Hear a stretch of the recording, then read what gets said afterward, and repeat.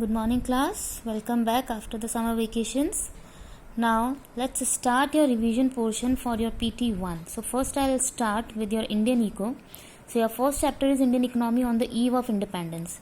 This we have already done, but simply I am giving you the revision. Okay. First of all, the topic name is Indian Economy on the Eve of Independence. That means after the colonial period, what was the exact status of Indian economy that we are going to discuss in this chapter. Detail you can read in your notes also and in your NCERT book. I am simply giving you the revision. If you have any doubts, you can ask me after that also. So first of all, let's start with the low level of economic development under the colonial rule. So first of all, before the British rule, that means what was the status of the Indian economy before the British rule? First of all, prosperous economy. Prosperous economy, we know that India was well known, or maybe India was involved in the foreign trade also. Indian spices, Indian gems. That means India was already included in the export business related with the silk, cotton, gems, spices, etc. Another one is the agrarian economy. Agrarian economy, that means it is related with the agriculture. We know that India was an agrarian economy. 85% population was engaged in the agriculture on that time. In jute, cotton, India was in the good position. Third point was the well-known handicraft industries. Indian handicraft product was well known in the whole world. That's why Indian handicraft industries was also boomed on that time. So that was the exact condition of the Indian economy before the British rule. That means Indian economy was overall, you can say that it was the prosperous economy. We were not dependent on anyone, and India was involved in the export business also. But when the Britishers came, what happened? During the British rule, first of all, Indian economy became the supplier of a raw material. That means Britishers they occupied India just to purchase the raw material from India, or maybe you can say the Britishers always set up their colonies in the different parts of the world from where they can get the regular supply of the raw material. And from India, they were getting the supply of the raw material like cotton and jute, silk and other things also. So just because of that, during the British rule, India became the supplier of the raw material, and whatever the raw material was supplied from India to Britain, the things will be finished by the machine made things, and these things was consumed by Indians. So India became the supplier of the raw material, and India became the consumer of the finished goods. Now, after that, let's start the reasons of the stagnation in the agriculture sector, in the industrial, foreign trade, in different sectors we are going to discuss over here. So, first of all, let's start the reasons of the stagnation in the agriculture sector. Stagnation, that means constant या फिर पिछड़ापन होना या किसी जगह रुक जाना. So, stagnation in the agriculture sector, what was the basic reasons during the British rule? First of all, the major reason in India, that was the land settlement system. Land settlement system, we know that in India, zamindari system was there. That means the zamindars was not bothered about the economic condition of the farmers. They were simply bothered to collect the lagan. They were not at all thinking about the conditions of the farmers, that the rainfall is not good, though the production is not good, but still they want the proper lagan. Reason behind, because the Britishers had given the proper area to the particular landlord, and the zamindars were responsible to collect the loan, and the zamindars were responsible to collect the lagan from the farmers, and that lagan they had to give it to the Britishers. If the zamindars were not able to pay the lagans to the Britishers, then that particular area was given to some other zamindar. That's why zamindars was totally bothered for the lagans only. They were not at all interested for the economic condition of the farmers. Second one is the commercialization of the agriculture. We know that Britishers set up their colonies in India just to get the regular supply of the raw material.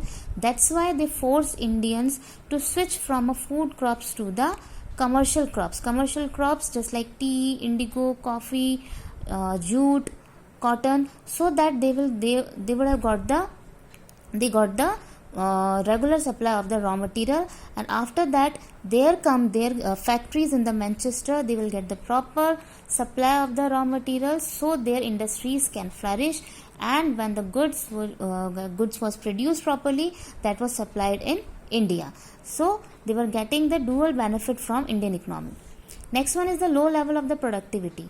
We know that in India there was no latest technology was there, and even the Britishers was also not interested to start or to introduce a new technology in India. So that is the reason that from the agriculture sector we were not getting the good productivity. The productivity level was very low because no good facilities of the irrigation, no fertilizers, nothing was given to the farmers. They were simply they were using the traditional methods. Next one is the adverse effect of the partition. That was the basic reason of the stagnation in the agriculture sector.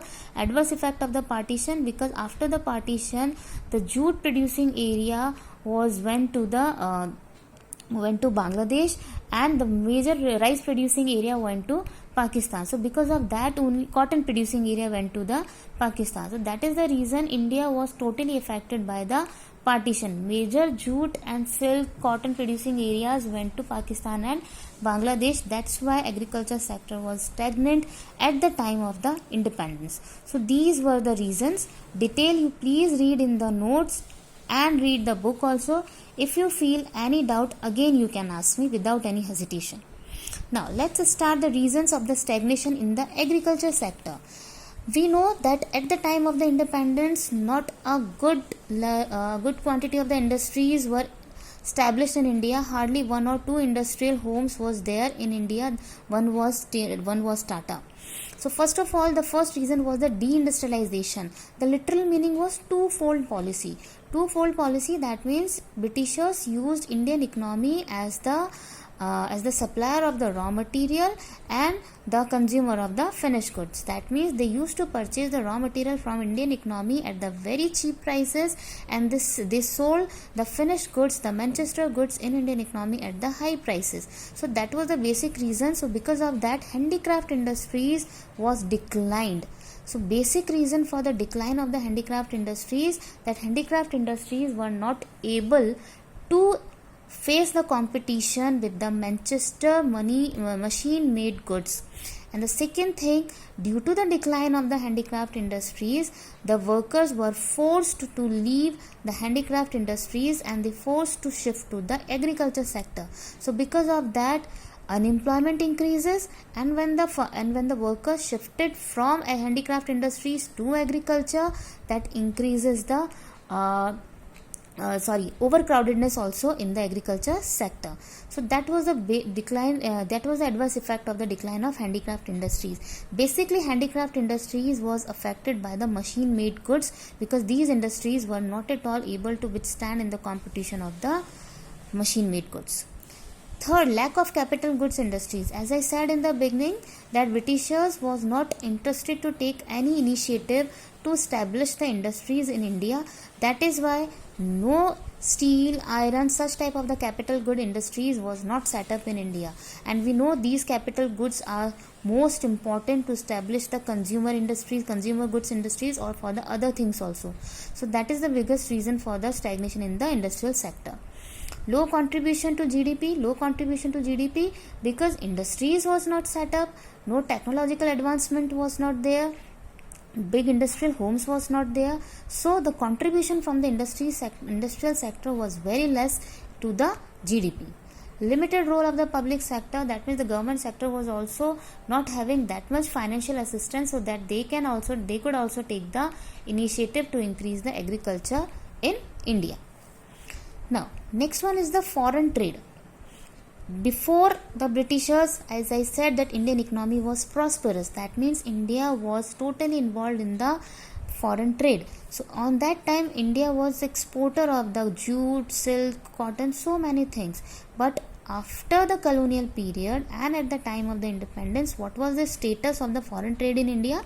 India became the exporter of the primary products and importer of the final products. That means primary products means raw material.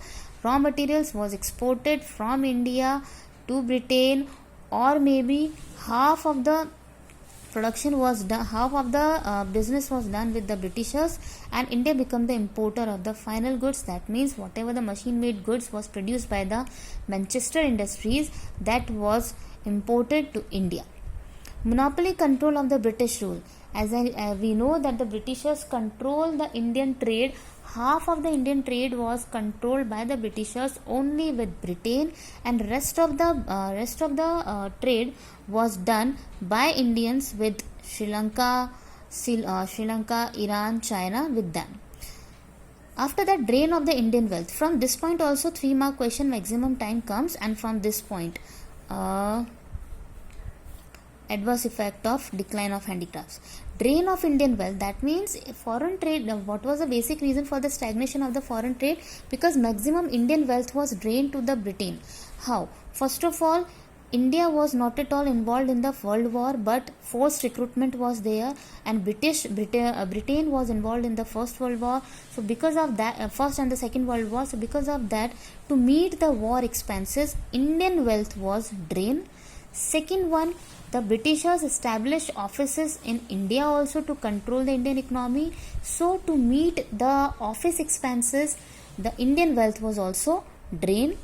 Another thing, for the import of the invisible trade means services आपकी कोई भी हो सकती है, चाहे banking, insurance, any type of the services, if they were importing, for that payment also Indian wealth was drained. So first of all, I have discussed over here reasons of the stagnation in the agriculture sector, industrial sector, and in the foreign trade. Rest I will discuss by tomorrow, and tomorrow we will discuss the doubts of this chapter also. But before the PT1 exam, I will give you the thorough revision of the whole syllabus of your PT1.